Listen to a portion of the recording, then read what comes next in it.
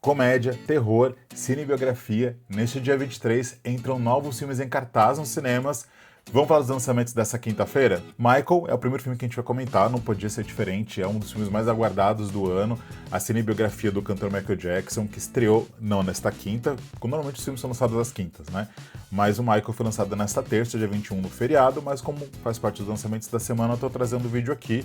Era uma cinebiografia aguardadíssima, a gente tá numa onda de várias cinebiografias aí no cinema, só que essa cinebiografia, assim como todas as outras, está recheada de polêmicas. Primeiro, tiveram refilmagens, tiveram cenas que foram retiradas por questões de conflitos de direitos autorais, ou porque eles também não queriam que aparecesse aquele ponto específico ali nos anos 90 das polêmicas do Michael. De qualquer forma, cinebiografia sempre está recheada de polêmicas. Aqui, o primeiro ponto. A Janet Jackson, a irmã do Michael, disse que não queria ser citada, que não queria nem que ela aparecesse no filme. Então, é como se ela não existisse.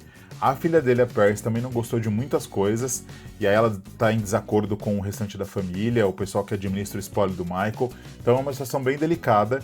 E aí a gente tem, né, já uma polêmica que é: cinebiografia, de uma forma geral, é sempre muito complexa de ser filmada, de ser feita para o cinema, ou seja, uma série de televisão, porque existiu meio que um padrão de se fazer cinebiografia, né? A gente viu o que aconteceu ali com o filme do Queen, que é uma coisa que muita gente critica, que é a forma de às vezes tentar retratar toda uma linha extensa da vida daquele artista. Então, às vezes pega tipo desde o início ao fim da carreira e fica pouco tempo para você conseguir contar tudo isso. Então, uma cinebiografia não necessariamente precisa ser a vida inteira daquele artista, pode ser um trecho específico. De qualquer forma, ali do Queen tiveram algumas críticas, a da Amy House também tiveram várias críticas. E o fato de ser uma cinebiografia chapa branca, que o pessoal fala, que é essa questão de tratar tudo com muita suavidade, sem trazer as polêmicas ou pontos delicados para discussão, e acaba deixando uma coisa muito soft, que não necessariamente precisava ser desse jeito, e não retratar uma verdade. É claro que a gente sabe que uma cinebiografia não é um documentário, não tem a obrigação de ser fidedigna 100% com a realidade, mas ainda assim espera-se que ela traga o máximo de elementos reais que aconteceram na vida daquele artista, né? E o ponto aqui no filme do Michael, primeiro de todos, ele tá tendo uma recepção negativa de crítica em sua maioria. No Rotten Tomatoes, o filme tá com 36% de aprovação de crítica, não tem aprovação de público. E no IMDb, o filme do Michael ainda não tem nota, então não dá pra trazer. E a gente... O que eu fiz, né? Comecei a pesquisar a recepção de crítica dos críticos que eu normalmente acompanho, que é a Isabela Boscov, o Daleno Gari e o PH Santos. E ambos não, os três concordam meio que com os mesmos pontos ali, né? Os três comentaram que a parte que envolve o show, o Michael Jackson enquanto artista no palco, tá muito bem feita, tá muito bonita.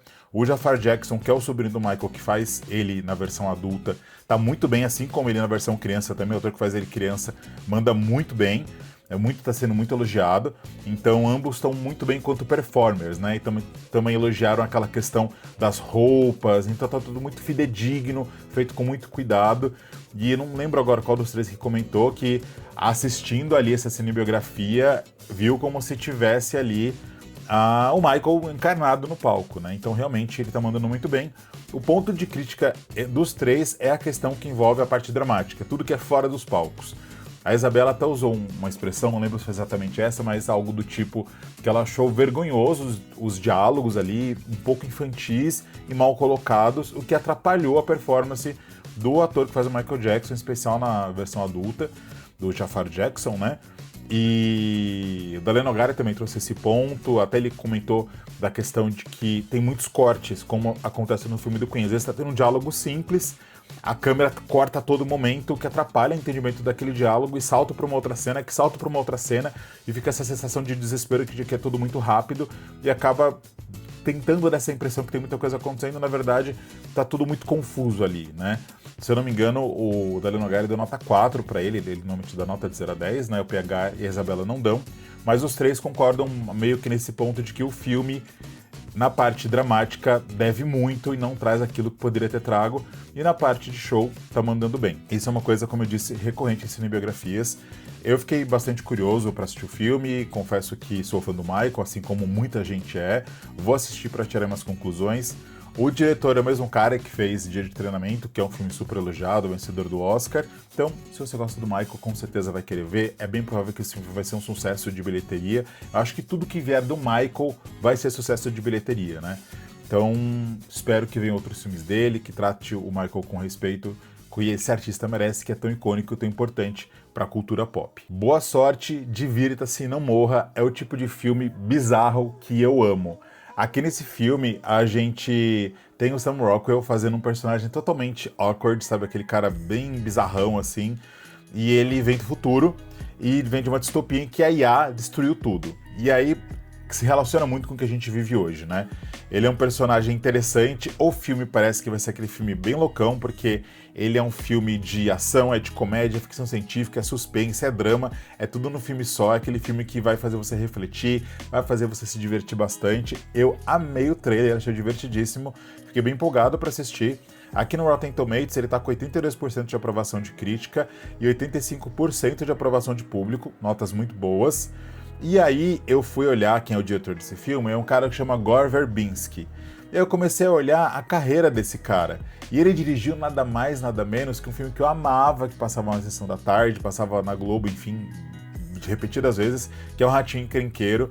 Depois ele dirigiu A Mexicana, que tem o Brad Pitt e a Julia Roberts, dirigiu Chamado, dirigiu Piratas do Caribe 1, 2 e 3, e ele fez o Rango também, que é uma animação elogiada, e depois ele dirigiu Cavaleiro Solitário, que é um filme que foi caríssimo, custou mais de 300 milhões de dólares para Disney, foi um fracasso de crítica e de público, e isso afundou a carreira desse cara, assim, ele ficou revoltado com Hollywood, foi embora, ficou sem dirigir nada, depois em 2016 dirigiu um filme ali, e voltou agora em 2025, e eu fiquei bem empolgado porque o filme me parece bem interessante, estou torcendo que seja um filme bom, a nota de crítica aqui do Rotten Tomatoes público está muito próxima, muito parecida, o que é muito legal, então crítica e público estão concordando ali, e eu tô bem curioso, eu com certeza vou assistir assim que possível. E o próximo que a gente vai comentar é um filme nacional, que chama Um Pai em Apuros. A gente tem aqui a Dani Calabresa, o Rafael Infante, temos o Babu. Vai contar a história do Rafael Infante, que é casado com a Dani. Eles são, assim, um casal felizes, ela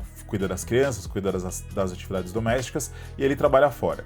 E ela tá reclamando que ela tá cansada, que ela tá exausta. Ele fala, não, eu também trabalho muito, não sei o quê.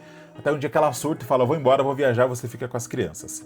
E aí ele fica com as crianças e vira uma loucura. Então o filme vai fazer piada com isso, é aquele filme nacional de comédia, que vai trazer um pouquinho de drama ali em algum momento, e vai terminar com um final good vibes, provavelmente, trazendo uma reflexão ali voltada para essa parceria entre o casal, que ambos têm que trabalhar em harmonia e tudo mais. Eu gostei bastante do trailer, é aquele filme divertido, tem uma cena que tem um personagem daqueles infláveis pegando fogo correndo, então, assim, tá engraçado. Não tem nota no Rotten Tomatoes, não tem nota no IMDb, então não tem como trazer essa nota para vocês. Suspiria, filme de terror italiano, de Dario Argento, confesso que eu não conhecia o diretor, depois fui pesquisar mais sobre ele, é um diretor super renomado e que dirigiu vários filmes aí na Itália. E esse filme Suspiria vai contar a história de uma menina que é americana e ela decide ali entrar numa academia de balé na Alemanha. E ali na Alemanha, quando ela chega nessa academia de balé, começam a acontecer coisas bizarras. Suspiria é um filme importantíssimo pro terror. Ele é um filme de 77, tem uma refilmagem de 2016 ou 2018 com a Tilda Swinton, que foi feita pelo Luca Guadagnino, que também é elogiada, mas a mais respeitada e mais elogiada de todas é a versão original de 77. E eu fiquei bem curioso porque eu assisti ambos os filmes, e essa versão de 77 tem uma nota de 7,3 no IMDb, e aqui no Rotten Tomatoes, 94% de aprovação de crítica e 82% de aprovação de público. Então é uma nota excelente. Crítica e público estão concordando aqui. Então, se você gosta de filme de terror, não perca esse relançamento. Ele vai ficar pouco tempo em cartaz, tem poucas sessões, e a gente tem tido bastante relançamentos aí esse ano, né? Veio O Senhor dos Anéis, veio Crepúsculo, Kill Bill, então não perca a oportunidade de ver na tela grande, o filme está remasterizado em 4K. Papagaios, filme nacional, que vai contar a história de um cara, que sabe aquelas pessoas que são obcecadas e elas querem muito ser famosas? Ela quer aqueles 15 minutinhos de fama? Então a gente tem esse cara que é o Tunico, que ele quer a todo custo ser famoso, e ele tá tentando ali, ele faz de tudo. E aí, um cara mais jovem que ele acaba conhecendo também tem essa obsessão, e eles meio que acabam ali criando uma simbiose entre eles e tentando a todo custo conseguir a fama. O filme tem uma nota 8 de 10 no IMDb, que é uma nota muito boa. Não tem aqui nota no Rotten Tomatoes, que é a que eu prefiro utilizar. Se você ver o trailer, tenho certeza que você vai gostar. Parece um filme muito interessante. Eu fiquei bastante curioso. Outro relançamento, Veneno para as Fadas. É um filme mexicano. Ele é um filme de 1986. Ele é um filme importantíssimo para o terror, que influenciou a carreira do Guilherme Del Toro. Ele vai contar a história aqui de duas meninas que elas começam com umas brincadeiras inocentes, elas começam a fazer algumas coisas que ali são um pouco complicadas, meio voltado para bruxaria, e a coisa começa a ficar complexa até que escalona de uma forma inesperada. Então é um filme que vai misturar fantasia, suspense com terror, é um filme importante para o terror. O diretor que eu não conhecia chama Carlos Henrique Taboada, é um diretor influente no gênero do terror, é um filme muito importante, influenciou o cinema ali, o Guilherme Del Toro, que é um diretor renomadíssimo, né? Então eu fiquei bem curioso, com certeza eu vou querer assistir. O filme não tem nota aqui no Rotten Tomatoes. Mentira, desculpa. Ele tem nota no Rotten Tomatoes, sim, tem 80% de aprovação de público, de crítica não tem nota, mas no IMDb ele tá com uma nota de 7.2 de 10. O Ano em que o Frevo não saiu pra rua é um documentário que vai contar aquele período da pandemia em que o frevo ficou, não só o frevo, né, mas tantas coisas deixaram de acontecer naquele período da pandemia que a gente viveu, né? E esse documentário é trazendo depoimentos das pessoas contando o que elas viveram naquele período, o quanto foi difícil para elas ali no Carnaval de Recife. O trailer é bem interessante, se você gosta de documentário, não perca a oportunidade de ver nos cinemas, assim como outro filme brasileiro, outro filme que eu comentei, esse também está com poucas sessões. E aí, tem alguns filmes que estão na lista de lançamento do ingresso.com dessa semana do dia 23, mas eles não têm sessões. Normalmente, quando isso acontece, os filmes são prorrogados para datas futuras, e é o caso de alguns filmes que estão aqui já estão com datas prorrogadas quando você pesquisa na internet para maio e tudo mais. Eu só vou trazer o nome dos filmes, caso eles estreiem, não vou trazer sinopse, porque, como aconteceu em outros momentos do ano, os filmes são jogados para frente. Então a gente tem um filme de drama chamado Nino, de sexta a segunda.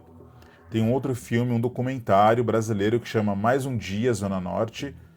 Tem também um outro filme de drama que chama 6 Dias Naquela Primavera. Tem um filme de drama brasileiro aqui que parece bem interessante, que chama Dolores. E tem aqui um filme Terra à Deriva 2, Destino. É um filme que foi muito bem de bilheteria na China, tem tido sucesso internacional. É um filme de ficção científica, aventura, tem aquele ar meio de aventura anos 80, que é aquela coisa meio divertida de ficção científica, e que acontece um monte de coisa. O trailer é bem interessante também.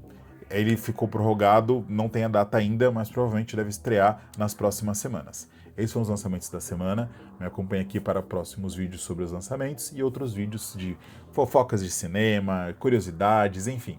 Tem vídeo de todo tipo sobre cinema aqui no canal. Até o próximo vídeo e tchau!